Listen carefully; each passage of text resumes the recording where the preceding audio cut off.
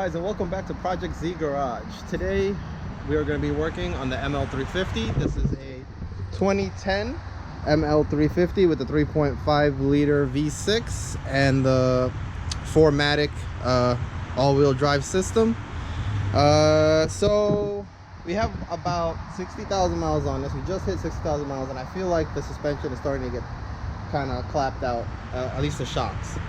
So I ended up getting some upgraded ones. Let's go here to the back. We're gonna work on the rear shocks today. It's gonna be a hot one too. I think they said over 90 today. So we went with the Bilstein B6 shocks for the rear and also for the front. If you're interested in the model number, it is 24-124379. The Mercedes comes already equipped with Bilstein shocks. They are, I believe, the B3 shocks, which are the stock OEM replacement for this car. But I wanted to get something a little bit upgraded, a little bit of a sportier ride for this. I feel like it has a little bit too much roll in the body, and I feel like this will help a little bit. It'll still keep really good on-road comfort, but when you get into the turns, it should improve it quite a bit. And you know, Bilstein is a known name, and we know that they're pretty much on all high performance cars. They use these Bilstein shocks. So I'm interested to see how much of a difference this will make. With this car, one of the problems I had is that, you know, when we have everybody in the car and we hit small to medium-sized bumps, you would feel like it's kind of bottoming out. It kind of feels like that's why I feel like the shocks are gone. Not quite bottoming out, but it's just a little bit too much. The ride got kind of harsh at the end, closer to the 60,000 mile mark. So I feel this might be a really good upgrade. One of the first of many that we're going to be doing to this car. So if you like or you have a ML350, you know, stay tuned. We're going to have a lot of other upgrades that we're going to be doing to this, and I think you guys will like it. Now, if you're new to the channel, or you've been watching for a while and haven't subscribed, hit that subscribe button. We're trying to hit that 2,000 subscriber mark right now for this year. We're getting close. I think we're at 1,600 right now. So thank you everyone that has subscribed. And let's see, what do we have here? Let's go over some of the tools we're going to be working with. We have a 17mm wrench here, which fits the top of that nut. We have some prying tools for the interior, a T30, what is this? Torx head that we're going to be using to remove some of the little pieces, hooks and stuff that are holding the interior in, a flat-headed screwdriver. I'm sure we're going to need some other tools, but right now that's what we're going to start with. We are going to work on uninstalling or removing the interior so we can get to the top of the mounts of the shock mounts before we go and do the dirty bits. So I figured we'll do the clean stuff first, because we do have to take quite a bit of the interior apart before we can get to the tops of the shocks. So first off, what we're going to be doing is removing these little side panels, which is a flathead screwdriver. We're going to do those quarter turn screws. It's kind of, that was the opposite way. yeah, so it's a little dark in here, so this might be a little hard to see. I'm gonna be gentle.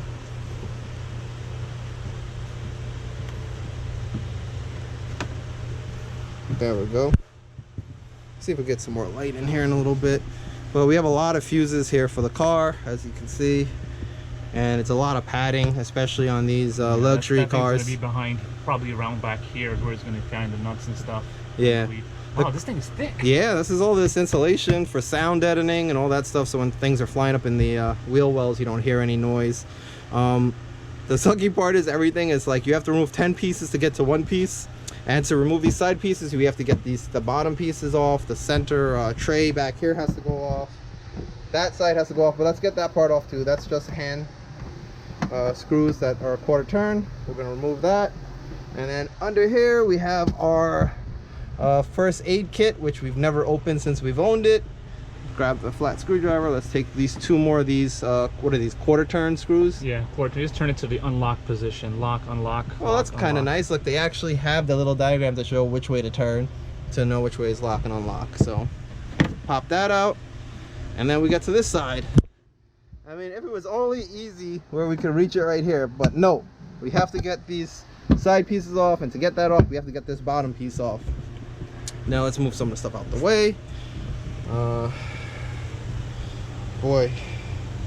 Now, these little hooks here are T30s, Torx, so we can just, they're not very tight, just like, you don't want to over tighten these, they are plastic. Oh, so we'll work on getting those out, keeping them in a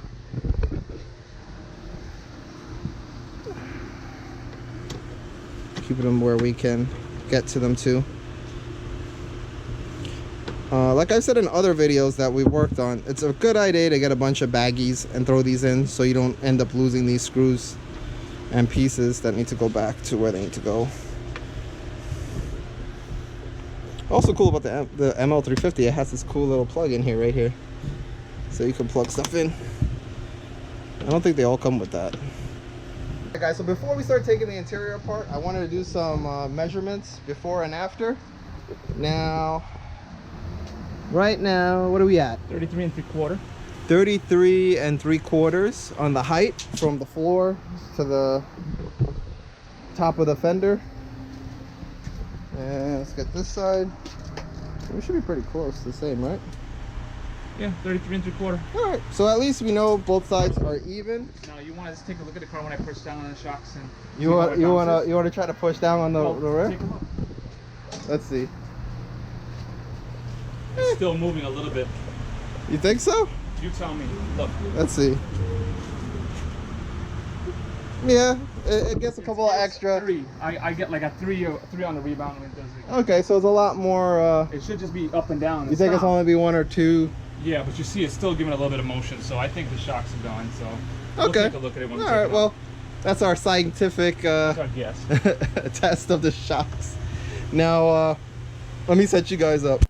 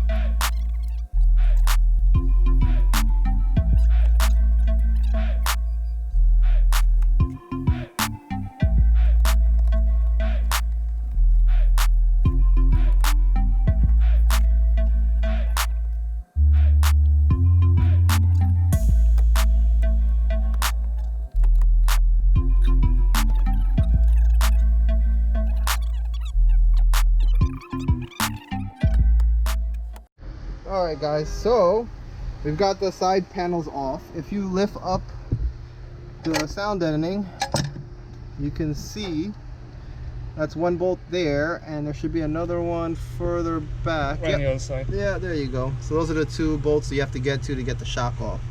So now is the fun part. They're actually a 13 millimeter. I think they're 13. So we're gonna loosen them up on the top here. Maybe we should take them all the way out. What do you think, Al? No. No? Oh no. We're gonna take our time with that and get a little bit more of it pulled back and get a better socket on it. Alright, so we're gonna work on loosening them up. We won't take them all the way out, but we'll loosen them up on both sides. Same thing on this side. We gotta pull this foam up You could kind of see the nut peeking out of that little hole right there. So let's work on getting those loosened. All right, guys. So we took one of the bolts off of the shock tower so we can show you. It's got an interesting look to it. It's got these tabs on the top. I'm not sure if these are one-time use nuts or not. Definitely, if you have the manual, check it out and make sure to see if they're one-time use or not, but I don't think they are. So we are going to reuse them. If we have any issues, we can always order some and replace it, but just so you guys can check them out, they are 13mm is what we use to get them off. And if you're in a garage at 90 degrees, this is going to cook you. All right, guys, so the other one we loosened a little bit, but we're going to leave it attached while we jack the car up and take the wheels off and start working on the bottom half of getting the shock out. Also, because these are performance shocks, I'm not sure if there's an option to get it with the tops, but I did see that they do offer the stock shocks, Bilstein, I think they're B3 shocks. You can buy the kit that comes with the top and everything already assembled, so you wouldn't have to move them over. But maybe because these are performance ones and they don't offer it, maybe they do. Just so you guys know. So let's get to it and jack the back up and get these rear wheels off. All right, guys, so we got the car jacked up. We have our jack stand just to be safe.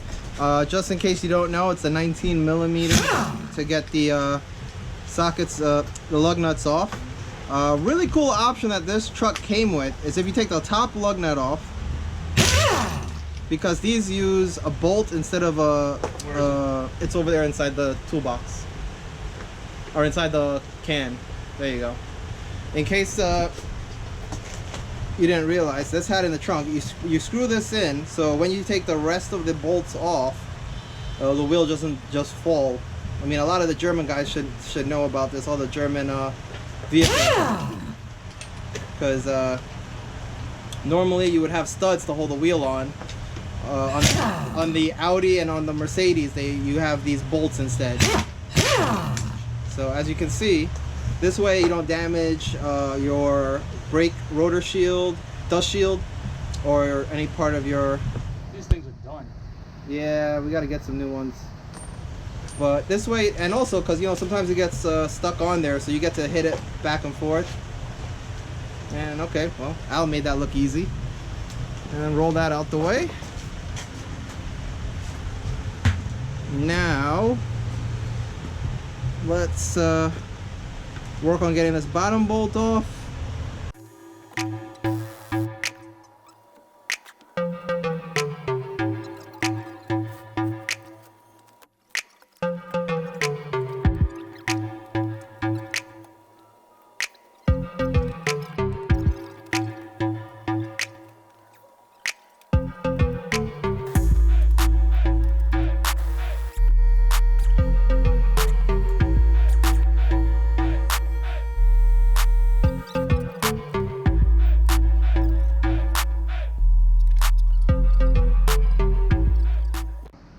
Got the shock out. The top, remember these two are 213s. The bottom is a 24mm. We use two 24mm, one on each side, and we use the air gun. If you don't have an air gun, you're gonna have to use either a wrench and a socket on each side, and you can get it off. Now we need to get this top part off here to move on to the new shock, also the boot and everything else. So let's start working on getting this disassembled and the new shock reassembled. All right, guys, so that's a little bit of a pain in the ass. So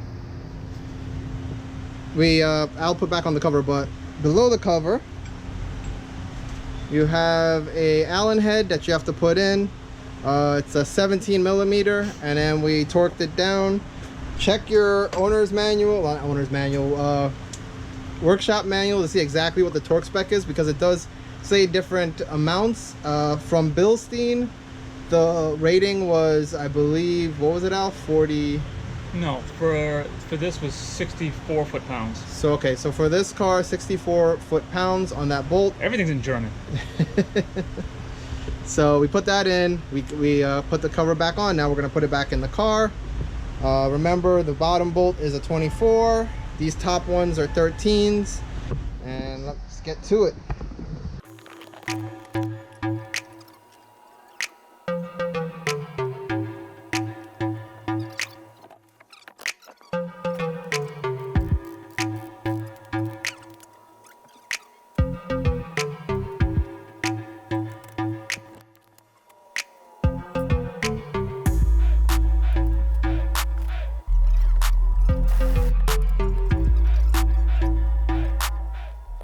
We snug everything up. We didn't fully tighten or torque anything yet because they say you need to have the full weight of the vehicle on the shocks before you fully tighten it. So what we're gonna do is put the wheel back on, tighten the wheel. We should be able to reach all our bolts with the wheel on. It'll be a little harder, but if we're gonna do it the right way, we're gonna do it the right way. So we snugged everything up. I was gonna put the wheel back on. We're gonna tighten that back up, and then what we'll do is we'll probably drive it up or put the ramps under it so we can have a little more access. We'll see how it is once we're completely done with both sides, and then we'll get back to you once we finish the other side. You pretty much know all the steps what we have to do to get this done. That hanger, that wheel hanger, does come in handy. It makes it a lot easier to mess with the wheel and get it lined up, because try doing that with just sitting on the hub and moving it around. All right, guys, we got the car back down on the ground, and boy, we got some lift here. So I believe, well, now our actual measurement now is 34.5. Now taking consideration that most likely we're gonna have to drive it for a little bit, and it'll still need to settle, so it'll probably settle a little bit after a couple of miles of driving. It definitely is a little firmer, because now when Al pushes, it doesn't bounce a bunch of times. It only bounces not even once. It just goes up after you let go.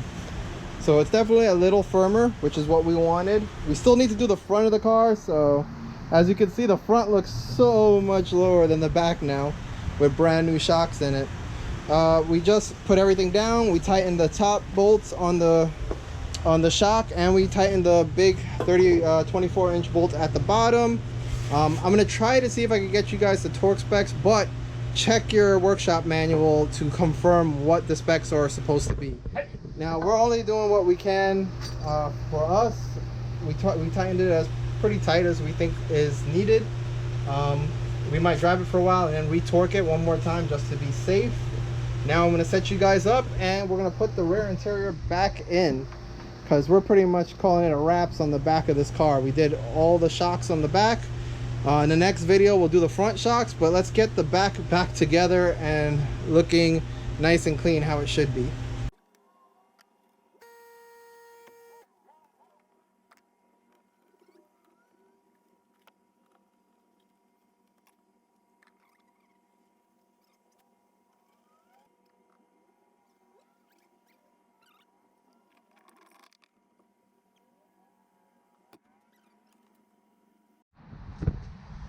Alright guys, so the battery died on the GoPro while we were putting together the rear interior. So pretty much the rear suspension is done. As you can see, it's looking good. Everything's been torqued and tightened, and the rear weren't too bad. The hardest part was taking apart and putting back in the rear interior. Other than that, you know, a couple of bolts and you're good to go.